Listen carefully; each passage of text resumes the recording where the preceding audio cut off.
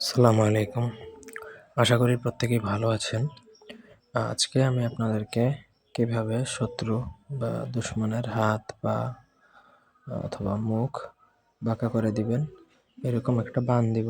মোট কথা এটা পঙ্গু বান বলতে পারেন কিংবা শত্রুকে প্যারালাইসিস করে দেওয়া একটা বানের সাহায্যে। সেটা আপনাদেরকে শিখাবো। আপনাদের যদি ব্যক্তিগত কোনো প্রয়োজন বা কাজ থাকে তাও আপনারা চাইলে আমাদেরকে দিয়ে করাতে পারবেন।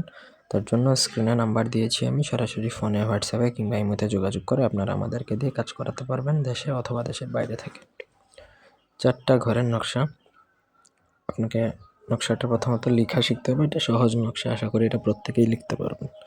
তো মূলত যার হাত পা বা মুখ বাঁকা করবেন তার ছবির উপর তার একটা ছবি লাগবে। সেই ছবির ওপর পৃষ্ঠায় আপনাকে নকশাটা লিখতে হবে। নকশা লিখতে হবে কামসিঁদুর দ্বারা, ঠিক আছে? এখানে কামসিঁদুর ব্যতীত অন্য কোনোভাবেই সম্ভব না। কামসিঁদুরের অনেক দাম, এটা আগে জেনে নেবেন, এবং ভালো অরিজিনাল কামসিঁদুর হতে হবে, ডুপ্লিকেট হলে হবে না।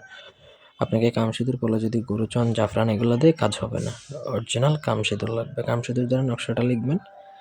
লিখে আপনাকে এটাতে নাম, বাবার নাম, মায়ের নাম এগুলো প্রয়োজনীয়, কারণ তার বিপরীতে তার ছবিতেই আপনি করবেন, সুতরাং অন্য কিছুর প্রয়োজন নেই।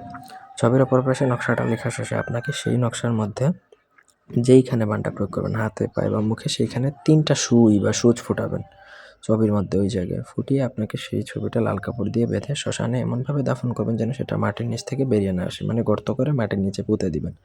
আপনার কাজ কিন্তু শেষ। এটা করে 24 ঘন্টার মধ্যে কিন্তু তার সেই জায়গাটা অবশ হয়ে যাবে যেখানে আপনি সূচ ফুটিয়েছেন। এটা কিন্তু কালো জাদু, এটা করলে আপনি কাফের হয়ে যাবেন। খুবই খতরনাক লেভেলের একটা বান এটা।